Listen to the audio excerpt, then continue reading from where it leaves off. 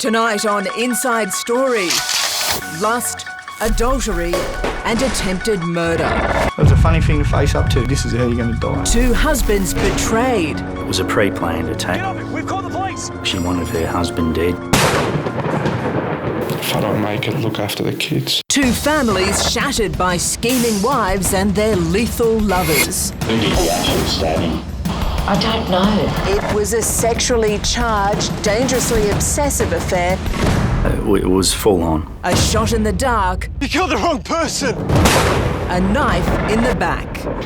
What happens when sex and greed spiral out of control? I just wanted to die.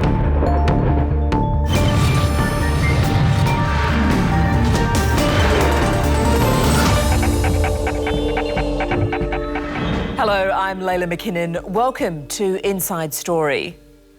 It would be hard to find two men who were less alike. Joe Ricks is a farmer, a knockabout kind of bloke. Chris Soterio, a millionaire businessman used to the good life.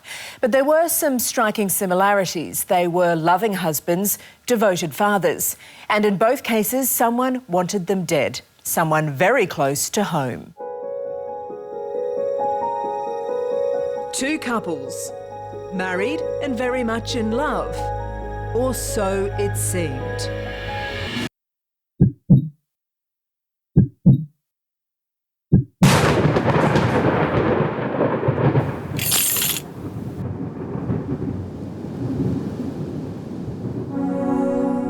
In Melbourne, high-flying businessman Chris Soterio thought he had it made. 3 kids, a lavish lifestyle, and an attractive, vivacious wife, Vicky. Every day she used to tell me she loves me. I thought I had a perfect life. No financial stress, beautiful kids. But Chris Soterio's world was about to fall apart.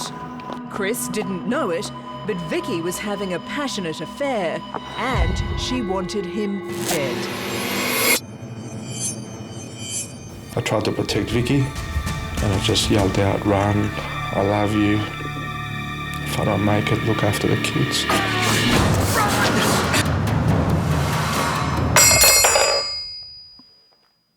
I've just come here to confess, and that's all I want to say right now. Okay.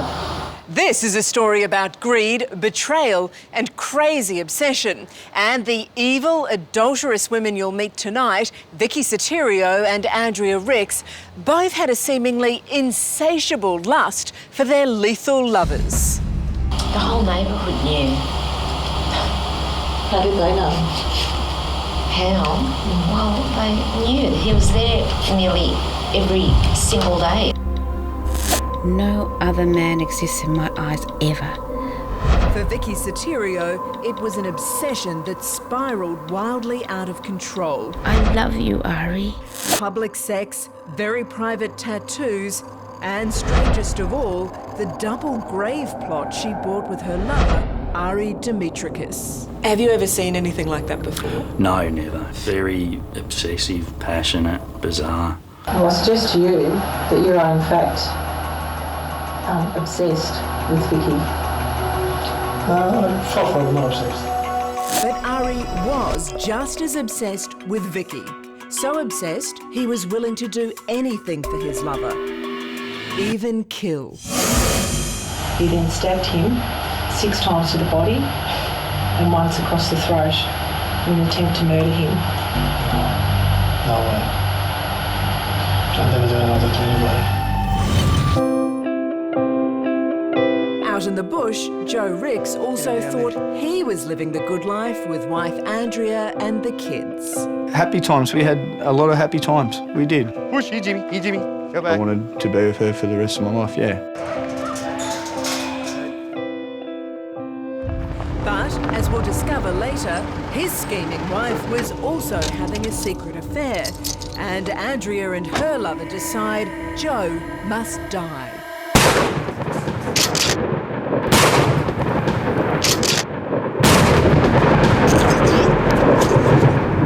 Joe's now been shot 3 times and he has no idea why.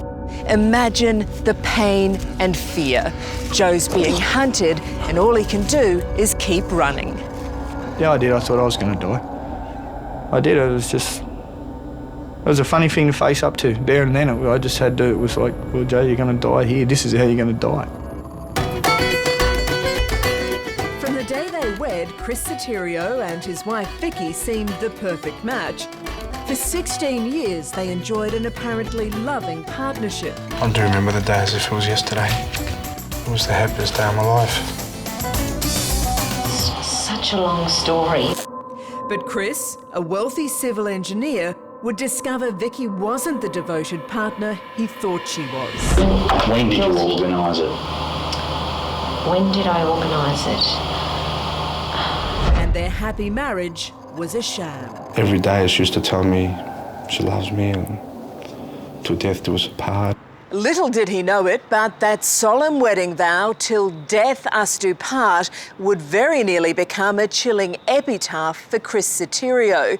In 2008, Vicky rekindled a relationship with former boyfriend, chauffeur Ari Dimitrakis. It was a sexually charged, dangerously obsessive affair that could only end in tragedy. How would you describe Vicky's relationship with Ari? It was extremely obsessive. They had tattoos on each other's body representing their love for each other. They were in constant phone contact with each other. There were numerous text messages, love letters. It was full on. As the intensity of their relationship escalated, the behaviour of the secret lovers became increasingly bizarre. They actually purchased a joint grave plot together where they would ultimately be buried. There was a particular witness that even saw them passionately kissing each other at the cemetery, so they wanted to be together for all eternity. Then came the fantasies about murdering Chris. On numerous occasions she said that she wanted Ari to either kill Chris or arrange to have Chris killed. And to appease Vicky, Ari would say that he would organise it. He knew hitmen. He would be able to have it done. And Ari believed that as a result of these conversations, Vicky would become aroused and it would enhance their sexual experiences. But Vicky Soterio was deadly serious. She wanted her husband killed and she wanted his money. Chris owned several properties and had millions in super. So she was hoping to take that money and build a life with Ari? I don't know if it was her intention to have a life with Ari, but it's certainly to keep the money. Coming up next, Vicky Soterio's deadly birthday surprise. I felt a cut in my throat. He slashed my throat.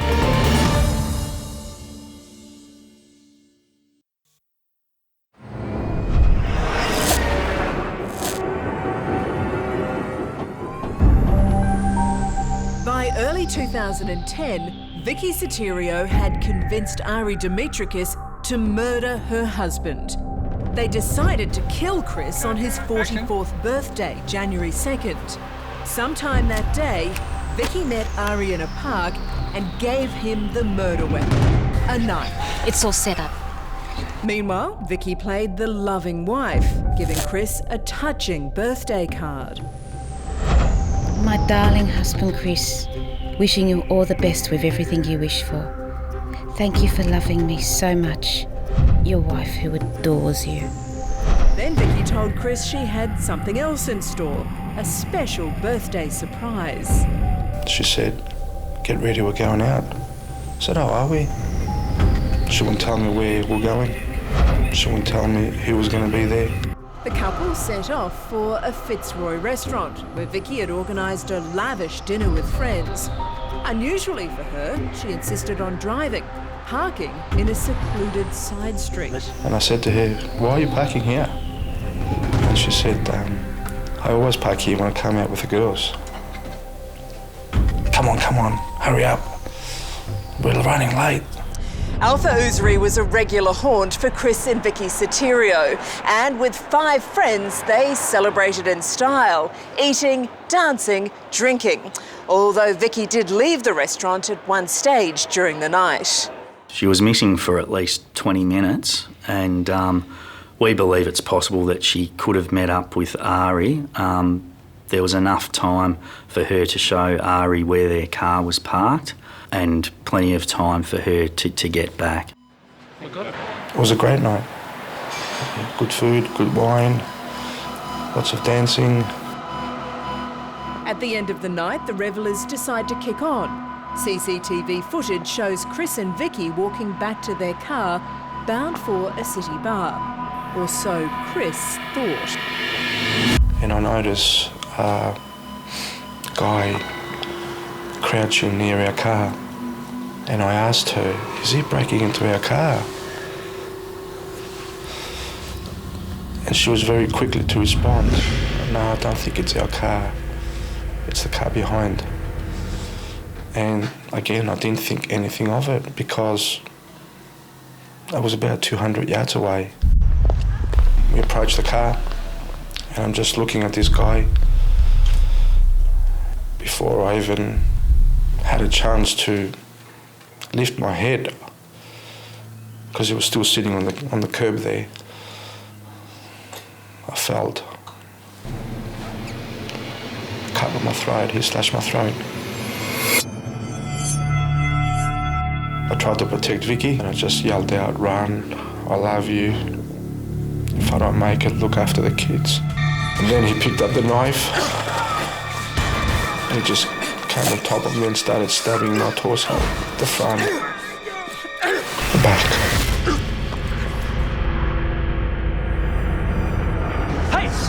Hey, get off it! We've called the police! Next thing I remember was a voice saying to me, Chris, stay with me, Chris. There was a doctor that was walking by with his girlfriend. Chris. He helped me. Chris. Stop the bleeding. You'll be okay, mate. I think he played a major role in saving my life. While the doctors were treating Chris, what was Vicky doing? Vicky was hysterical. She was running around. She was screaming out. Later on at the hospital, she'd calmed down quite significantly. However, a doctor came out to inform Vicky that his condition had actually improved, and when she heard that information, she actually deteriorated again and became quite hysterical. So when she found out he might live... That's right. She became very upset. That's right. Chris was in an induced coma for 13 days. Vicky was constantly at his bedside. She'd been a loving wife, visiting him every day, professing her love for him. Finally, Chris wakes and is told by his brother that there's been a breakthrough in the investigation. Are you going for the work? Yeah. Police advised him that they're moving in closely, making an arrest. And then Vicky came about an hour later and she was just crying and rubbing my face, and I mentioned to her that the police are going to make an arrest. They're moving in closely.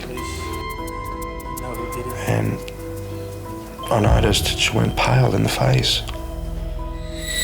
I mean, I was obviously seeing someone and it just happened. Although police had no evidence linking Vicky with her husband's stabbing at this stage, she thought they did.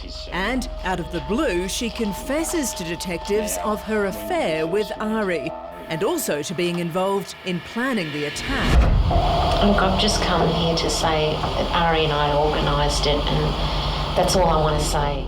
But Vicky's not telling the whole truth, and she subtly tries to shift the blame to Ari. Who did the actual stabbing? I don't know. Was it Ari? I honestly, I don't know. He said either he would do it or he'd get someone else to. I don't know. Okay. I don't know. He just used to come up with the ideas, and I just thought, okay. And I'm sorry for it. I am. She knew why she was there, and she knew exactly what she wanted to say. Coming up, Chris Soterio learns the terrible truth about his evil wife, Vicky. I was just gutted.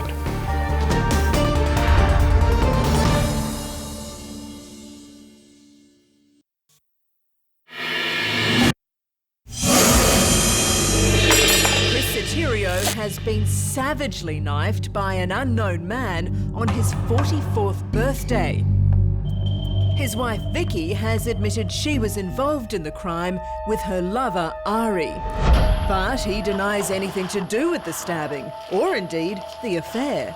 It's alleged that you were involved in the planning and the attempted murder of Chris Sartorio.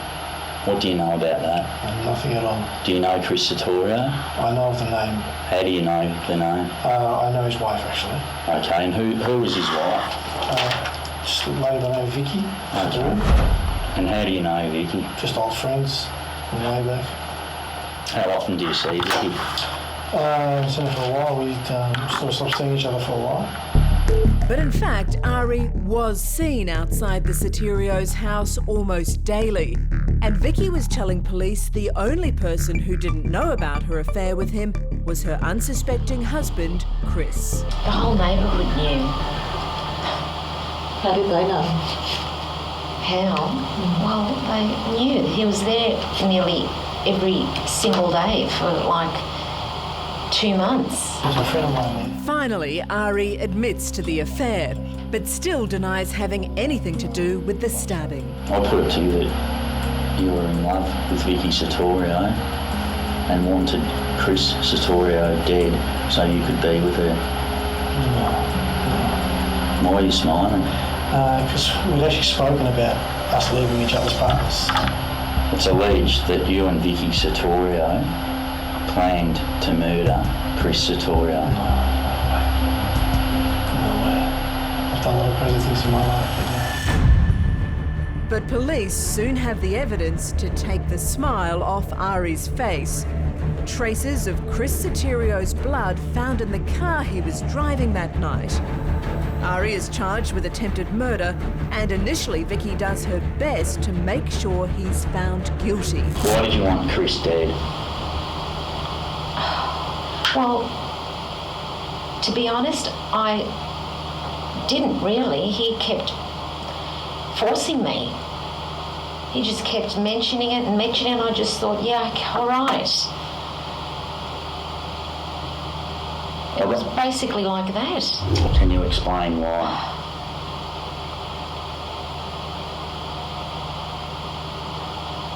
Well, because I know, it was stupid, absolutely silly, I know. Were you in love with Ari? I was. Prior to And this? he showed me so much love. Eventually, Vicky does come clean, finally confessing to being behind the brutal murder plot. I'm here to say that, okay, I am guilty of that, and you know, I did it with the Ari, and I'm sorry for it. I am. You didn't think she was sorry? Well, it was a pre-planned attack. She wanted her husband dead, so it's difficult for me to believe that, you know, she was sorry. She was probably disappointed that he survived. Police now had the painful task of telling Chris Soterio the terrible truth, exposing his wife's lies, her sordid affair, and her treacherous attempt to murder him. He must have been shattered. He was shattered. He was extremely upset, and he just couldn't believe it. I tried to rip the drips off my hands. I was just gutted. I just wanted to die. It was Dimitriakis who stabbed Chris Soterio up to 6 times. Eventually, Ari pleads guilty and agrees to give evidence against Vicky Soterio. He's sentenced to 7 years jail. Now it was Vicky Soterio's turn to face justice. Given the lurid nature of this story, Vicky Soterio's trial was always going to be spellbinding, and it didn't disappoint. Despite her confession to police, Vicky pleaded not guilty to attempted murder. That meant all the lurid details would come out in court. There were the breathless texts from Vicky to Ari. No other man exists in my eyes ever. Only you, Ari, my husband. I only have eyes for you, baby. I love you, Ari. And there was the love letter Vicky sent to Ari in jail. My love, my life, my everything. Eternally yours. Marry me. But most sleazy of all, details of their public sex. They were in a car park at KFC and they were checked by police, and Vicky was adjusting her clothing in the back seat, so they were having sex or in some sort of passionate embrace. Vicky Sotirio was found guilty of attempted murder and jailed for 12 years. In sentencing her, Justice Elizabeth Curtin said the crime was a gross betrayal of trust, describing Vicky as highly manipulative. You did not wield the knife, but you intended your husband's death just as surely as if you did. Her motive was to get all of the money, not a divorce settlement. How much money was she hoping for? All up, it would be in the vicinity of, I would say, at least 3 to 4 million. She is so cold. How would you describe somebody who does that kind of thing? I'd describe Vicky as extremely manipulative and heartless. I think I was blind. My sisters and my friends and are just saying, my God, you're just a sucker. But I don't look at it like that. I look at it on the basis that, she's my wife. Just got to give trust, and I trusted her so much. Still to come on Inside Story, the secret love life of Andrea Ricks. She was like a Jekyll and Hyde. How she fooled her husband. I thought we were going to be there, married forever. And why she wanted him dead.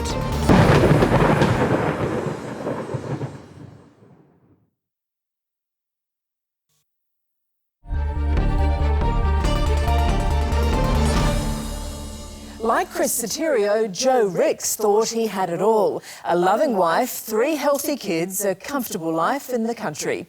But Joe Ricks was living a lie that would almost kill him. Push, push, push. Joe Ricks is a down-to-earth, no-nonsense sort of bloke, country-born and bred. I was always going to be a farmer. I love the open spaces. Oh, the animals, love stock. That's good, love it.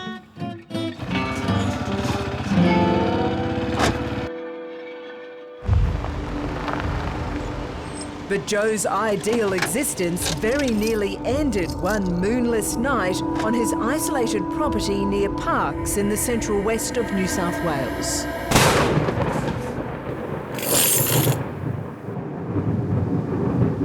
So what did you think when that first shot hit you?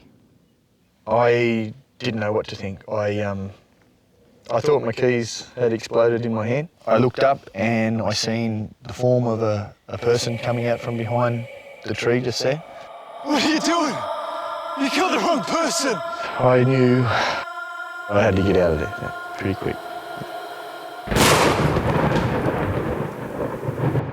It's a targeted murder attempt, but just who pulled the trigger is a mystery. There are certainly no clues in Joe's past. What kind of a life was it? Was it busy? Was it happy? Yeah, it was good. We had a lot of happy times. We did. Wouldn't change anything though. No, it wouldn't change a thing. Joe fell in love with Andrea while they were working together at a local store. I found Andrea very attractive. She was fun, so sort of country-minded girl, jeans and boots, and I guess that's what was the attraction, yeah. They married in 1997. So what was the wedding like? Good. No, it was a great wedding. It was a lovely wedding, yeah. Not over the top, just suited me down the ground. I'm not too flash. She looked lovely on the day, I guess, yeah. Yeah, she did. Their life together blossomed. Over the next 10 years, Joe and Andrea had 3 children. Jesse, Doc and Jack. I thought we were going to be there, married forever, yeah, and everyone was going to be together. What Joe didn't realise was Andrea's hiding a secret life. She was bored, living on the farm. She wanted a better lifestyle. She had very expensive clothes in her house and had accumulated a lot of debt, which Joe didn't know about. She was like a Jekyll and Hyde. Who she was not who she was. While Joe looked after the farm and cared for the kids, Andrea went to work. In December 2006, she began an affair with a colleague, Terry Seeley. So Terry was a person who saw Andrea as an angel, I suppose you could say. I think he called her his princess at the time, and she liked being called princess too. Did Andrea seem madly in love with Terry? No, he was just a means to her end, I believe. And that end was money. Andrea wanted her husband's farm and his life insurance, and she convinces her gullible lover, Terry, to take part in her deadly plot. She painted a picture of Joe being a person who was violent, showing she'd even feigned injuries whereby she'd been out working on the farm and sustained a bruise to her body somewhere, like working with the sheep and doing things. She'd see Terry and say, "Look what Joe done to me." She made him believe that if he didn't actually shoot Joe and kill him, that he'd wake up one morning to find out that Joe had killed her. The conniving Andrea has set her trap. Now she begins plotting Joe's murder, and in a bizarre twist, even steals her husband's own shotgun to carry out the killing.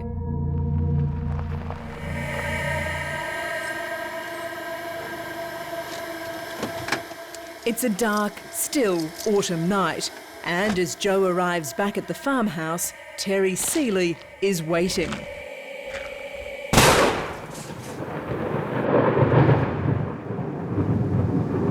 I could feel pain, a burning pain. I knew that something wasn't right inside my stomach. There's a lot of blood coming from my right side, and I knew that wasn't right. What are you doing? I then I looked up and I seen a shadow of a figure coming out from behind a tree. You killed the wrong person. I was yelling, I said, "What are you doing?" And what did he do? Nothing, he just pumped that gun and was going to shoot me again. I would have rather if he spoke.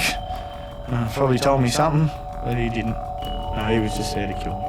Joe's all alone. His wife and kids aren't home. There's nobody to help. He pointed the gun towards me and I started footing it that way. I got down further, nearly past the chook shed there. That's when the second shot went in.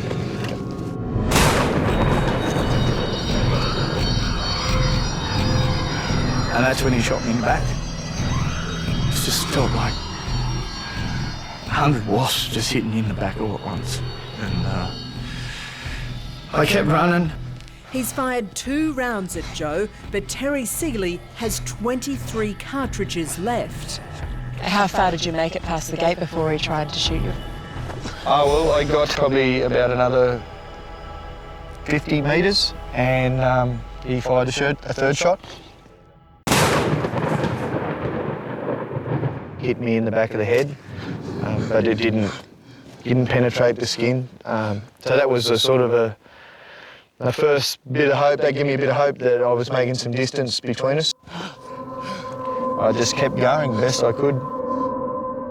So now Joe's made it across the road and he's about to climb over this barbed wire fence into his neighbour's paddock. But any help is still 3 kilometres away.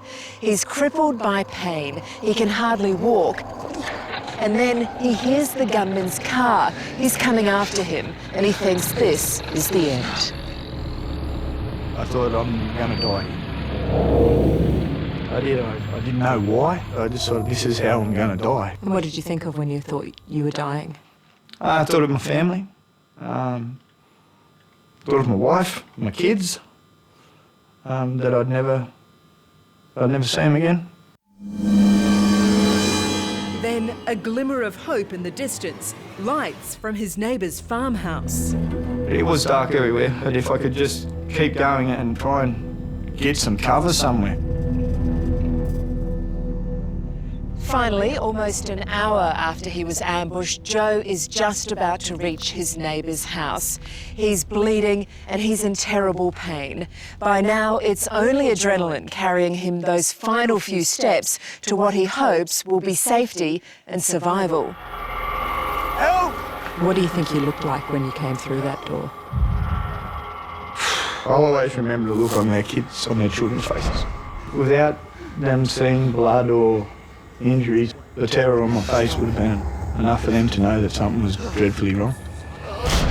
As ambulance officers tried to stem the massive loss of blood, Andrea arrives. She was crying and trying to touch me and trying to grasp hold of me to cuddle me.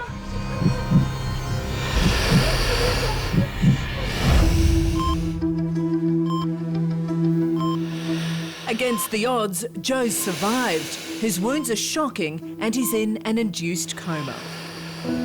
They took half my bowel out and anything I didn't eat on the right side, and then they replumbed it all back up, apparently, and stapled me back together. My hand was a bit of a mystery for a while. It was badly broken. Joe's wife, Andrea, is by his bedside day and night. Yeah, they're good. After a week, Joe emerges from the coma. It was comforting to have her there. She was affectionate and she'd hold my hand and touch me and tell me everything was going to be all right. Coming up next, the damning evidence that cracks the conspiracy wide open. Where was he when you discharged the first round?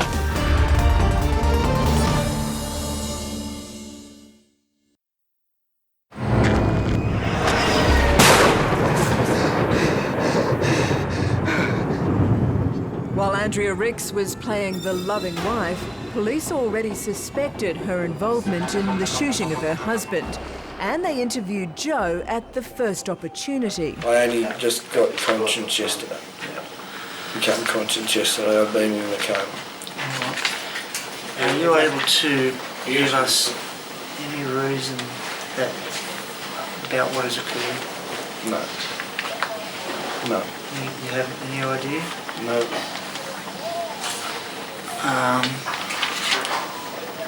Nothing, no suspicions? No, I don't. I didn't think I had any enemies. No. Yeah. Why did you suspect Andrea? Just how calm she was. She was just very casual about it and very, very relaxed. And when you're looking, as an investigator, looking for a reason, it just didn't sit right. Soon, Detective Sergeant Steve Howard and his team learn about Andrea's affair with Terry Seeley through their workmates at Country Energy. Most people out there knew that Andrea Ricks and Terry Seeley had them having an affair. And there'd been a bit of a jibe going on that Terry's mistress had been, and her husband had been shot, and they were joking if Terry had done that. Then a red-hot lead. A damning piece of evidence in the back of Terry Seeley's work ute. A shotgun cartridge identical to the 3 spent shells found at the crime scene. Here we have Terry Seeley, who works at Country Energy. He's asked to borrow a ute. They found a cartridge in the actual vehicle, and he was supposedly a lover of Andrea Ricks. Then another breakthrough. The scheming couple overheard talking about the gun used in the shooting. Andrea asked Terry, "Where is it? What'd you do with it?" He reassured her that they'll never find it. Detectives searched Terry Seeley's house for more evidence. In just a week of meticulous and determined police work, they've cracked the case. They charge him with the cold-blooded shooting of Joe Ricks. I'm with Terry Seeley, the Parks Police Station. Are you going to Terry Seeley? Yeah. Okay. Terry, I'd just like to inform you, you are currently under arrest in the conspiracy to murder of Joe Ricks at a voting gate on the 1st of May 2007. What follows is a full confession. Terry spills the beans on Andrea and her scheme to kill Joe. Where was he when you discharged the first round? So, yeah, that one somewhere. That's Terry is taken back to the crime scene and gives a blow-by-blow description of the night.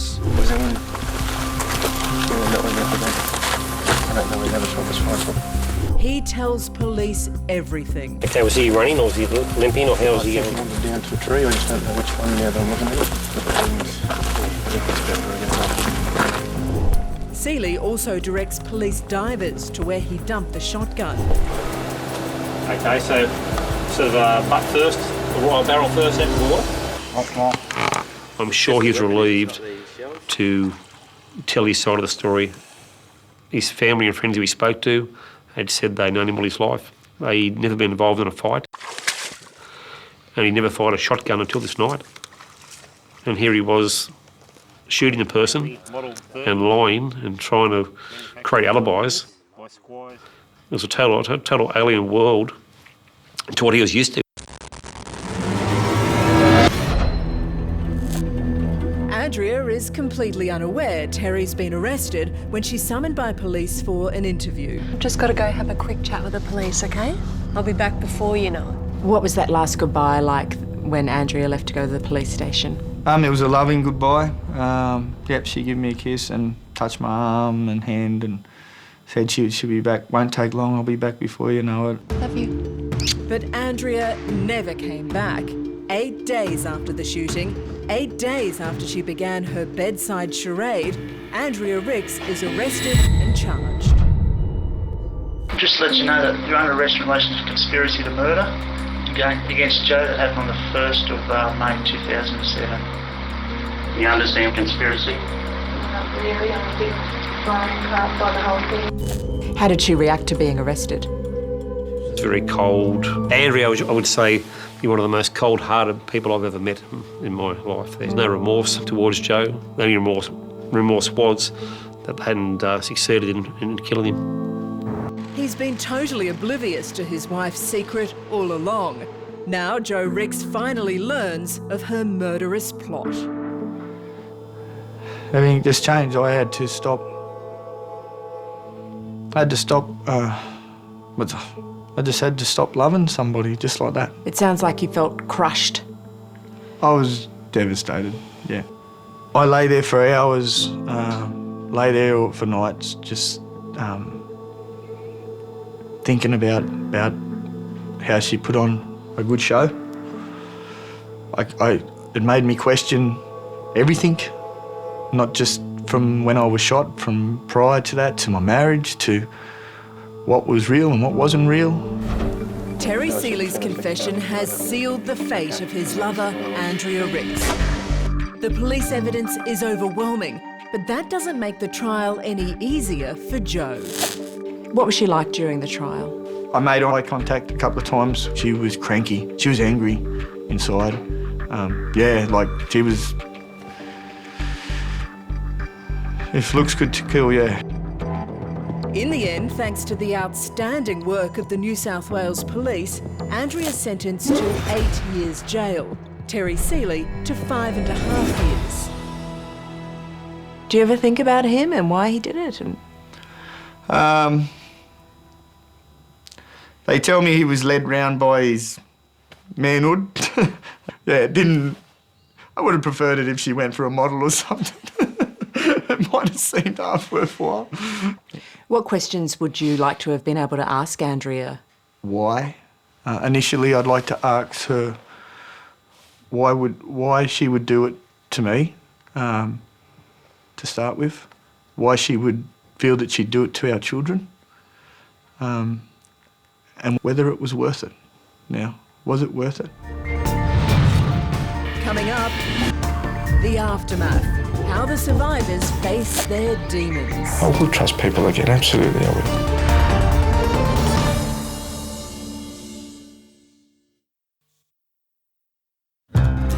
Joe Ricks is no quitter, and despite what he's endured, he's doing his best to move on. But his painful, enduring injuries make it difficult. I've got a lot of lead in my body. My lead level is very high, and we have to monitor that. Do you mind, can I have a look? That's the zipper down the front. Oh, wow, yeah. And that's, you can see the scarring. But it's those other scars, the emotional scars, that Joe's finding just as hard to live with. It sounds weird. I missed Andrea when I first come home. She wasn't there. She was part of my normal life, my marriage, and she wasn't there. It must have been so disconcerting and confusing to miss someone who had tried to kill you. It upsets you. I was upset. I'd get depressed. But at the end of the day, I had these 3 children. There was nothing I could do about her, but there was something I could do with them. I could look after them and we could get by, we could get through this. And those children have been a lifesaver for Joe as he's struggled with depression. He wants to be a stock station agent. What are these blokes are doing right now? What? He's so young and he's already working so hard. He's going quick, Jack. Going good, real proud of him actually. Yeah. Joe's eldest son, Jack, was only 9 at the time of the shooting. Now 16, he's been a tower of strength for his dad. I don't think many of us had a relationship like me and Dad. Like, others, it's sort of just a father and son thing, but yeah, this is like we're best mates, so yeah. Perhaps the biggest challenge for Joe was being able to love again. But in Sonia, he's found a true soulmate. She's a pretty special person, Sonia. Yeah, Son's very special. Yeah, I'm very lucky to have her. I had myself convinced that I'd have to be on my own forever because of sort of what happened. But yeah, it took me a while. But yeah, the timing was right, and it's going great. Come on, get up here. So when you look to the future, what kind of ideal future do you have for your family? That my kids and Sonia's children, that they all find their way in life and they're happy doing what they do. And hopefully they'll all be fortunate to meet somebody that they love, because it is a great thing. What more do you need?